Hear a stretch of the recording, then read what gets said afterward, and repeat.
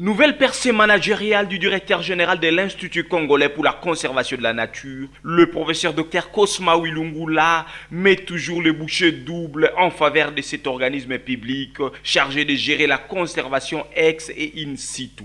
C'est mardi 14 mars 2017, l'ICCN et la Wildlife Conservation Society WCS ont signé un nouveau contrat de partenariat qui porte sur l'appui au réseau d'aires protégées de la RDC. Une cérémonie bien animée par Richard Tchombe, directeur national de WS, accompagné de ses collaborateurs, et de l'autre côté, les DG de l'ICCN, entourés par le membre de son cabinet. Pour Richard Tchombe, WCS, qui œuvre pour la protection de la vie sauvage et les espaces naturels dans le monde, a une histoire avec la RDC.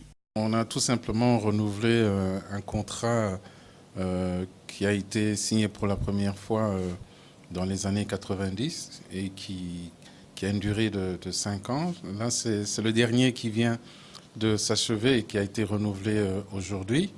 Ce contrat reprend les activités que nous allons mener durant les 5 années à venir avec l'ICCN pour appuyer, comme vous l'avez dit, le réseau des aires protégées placé sous l'autorité de l'ICCN.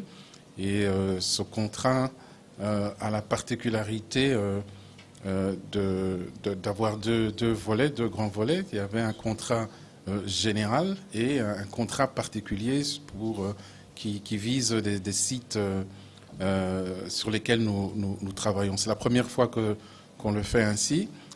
L'idée, c'est de faciliter l'évaluation de nos activités au bout des 5 ans de durée de ce contrat. Alors ce contrat reprend bien sûr les grands axes de nos interventions. Il y a la lutte anti-braconnage, bien sûr. Il y a aussi les inventaires et le suivi biologique, l'amélioration des conditions de vie des populations, le changement climatique et d'autres axes. Mais ça, je crois que ce sont les principaux. La formation, voilà, j'en oublie un qui est important. Il y a d'abord la réserve de faune à Okapi, il y a le parc national des Virunga, il y a le parc national de Kahuzi-Biega, il y a aussi la réserve de Mont-Oyo, il y a la réserve naturelle d'Itombwe, il y a le parc national de la Salonga. Je crois que ce sont les aires protégées pour lesquelles nous avons signé ce contrat. C'est une activité transversale qui sera menée sur chacun des sites que je viens de mentionner. C'est une activité qui est d'ailleurs au cœur de la mission de WCS. Très enthousiasmé, le numéro 1 de l'ICCN s'enorgueillit et fait quelques lumières sur cette nouvelle donne de partenariat. WCS est un de nos partenaires de très longue date. Ça fait plus de 30 ans que cette ONG accompagne le parc national, disons la réserve de faune à Okapi, et intervient également dans certaines autres aires protégées de notre pays. Donc c'est un partenaire traditionnel pour nous. Et nous avons des contrats qui se terminent à chaque 5 ans après une évaluation qui permet qu'on puisse encore renouveler notre confiance à cette ONG qui est en appui avec nous. Voilà pourquoi aujourd'hui, après le délai du dernier contrat, nous étions arrivés à la fin de celui-ci et une évaluation venait d'être faite qui a été validée au niveau des experts de l'ICCN. Et à ces titres-là, il n'était que normal que nous puissions signer un contrat avec WSS afin de l'autoriser encore à continuer à nous accompagner et permettre que nous puissions voir ensemble les différentes activités que nous sommes en train de réaliser dans ces différentes aires protégées. Les innovations sont là, effectivement, parce que vous savez que la stratégie de conservation, le défi de la conservation nous exige de jour au jour à revoir certaines de nos approches du travail. Et aujourd'hui, avec WSS, nous capitalisons des éléments qui rentrent en rapport avec tout le monitoring, donc toute la recherche, mais également les inventaires, mais aussi nous sommes maintenant en train de travailler dans la recherche pour la création ou la confirmation de nouvelles aires protégées.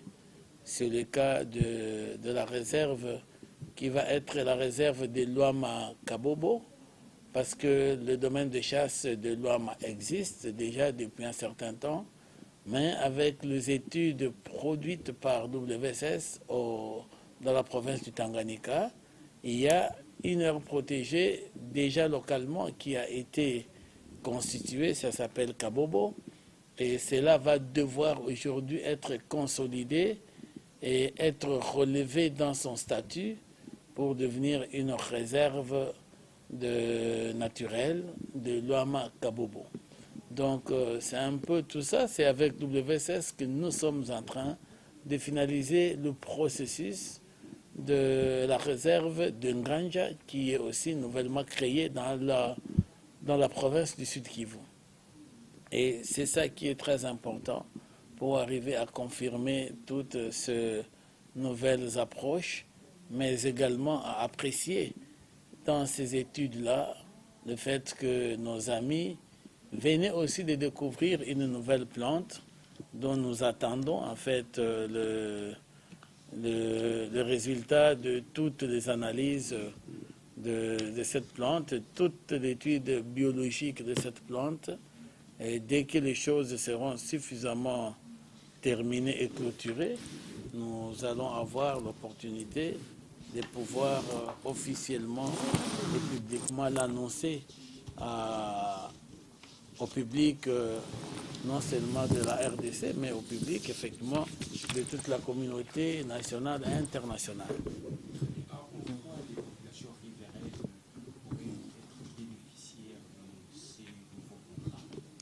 Oui, en fait, le nouveau contrat non seulement accompagne l'ICCN dans le cadre des activités de gestion des aires protégées, entre autres dans le déploiement des éléments pour la lutte anti-braconnage, dans le recensement des espèces.